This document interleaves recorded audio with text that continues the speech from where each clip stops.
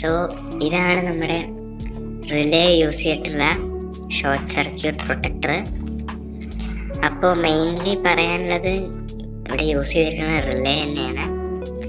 നമ്മൾ യൂസ് ചെയ്തിരിക്കുന്നത് high ampere capable ആയ റിലേ തന്നെയാണ്. 12 വോൾട്ട്സ് റിലേ ആണ്. പിന്നെ 4 ടെർമിനലാണ് കാണാൻ സാധിക്കുന്നത്. ഇതിലെ ഫസ്റ്റ് നെഗറ്റീവ് ഇൻപുട്ടാണ്, അതുപോലെ ഇത് നെഗറ്റീവ് ഔട്ട്പുട്ട്, അതുപോലെ തന്നെ ഇത് positive input positive output. Positive ഇൻപുട്ടും ഔട്ട്പുട്ടും ബ്രിഡ്ജഡ് ആണ്.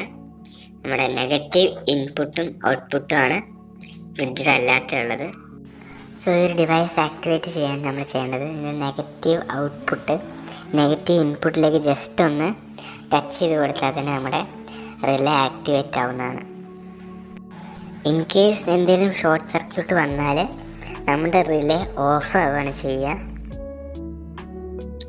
അപ്പോൾ നമ്മളത് വീണ്ടും റീസെറ്റ് ചെയ്യാനാണ് നമ്മൾ ഔട്ട്പുട്ട് ടെർമിനലത്തെ നെഗറ്റീവ് ഈ ഒരു ഇൻപുട്ട് നെഗറ്റീവിലേക്ക് കൊണ്ടുവന്ന്. പിന്നെ നമുക്ക് മുന്നിൽ കാണാൻ സാധിക്കുന്നത് 2 LED-കളാണ്. അപ്പോൾ ഇതിലെ റെഡ് LED നമ്മുടെ 2 LED-കളും സ്റ്റാറ്റസ് ഇൻഡിക്കേറ്റ് ചെയ്യാനാണ്. അതിലെ റെഡ് LED നമുക്ക് ഔട്ട്പുട്ട് ഇല്ലെങ്കിൽ റെഡാണ്, അപ്പോൾ ഔട്ട്പുട്ട് ആക്ടിവേറ്റഡ് ആണെങ്കിൽ ഗ്രീനാണ് വരുന്നത്. നമ്മുടെ 4 ടെർമിനലുകളും സ്ക്രൂ ചെയ്യാൻ പറ്റുന്ന രീതിയിലാണ് ചെയ്തിരിക്കുന്നത്. അതുപോലെ തന്നെ നമ്മൾ യൂസ് ചെയ്തിരിക്കുന്നത് ഹൈ കറണ്ട് ഫ്ലോ ചെയ്യാൻ പറ്റിയ റിലേ തന്നെയാണ്. ഇനി ടെസ്റ്റിങ്ങിലേക്ക് പോകുമ്പോൾ നമ്മുടെ LED റെഡ് കത്തുമ്പോൾ ഔട്ട്പുട്ടിൽ വോൾട്ടേജ് കാണിക്കുന്നില്ല.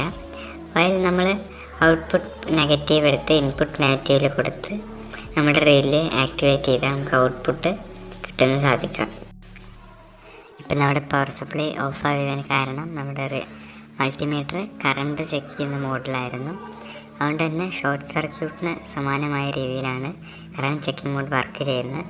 അതുകൊണ്ടാണ് നമ്മുടെ റിലേ ഓഫായത്.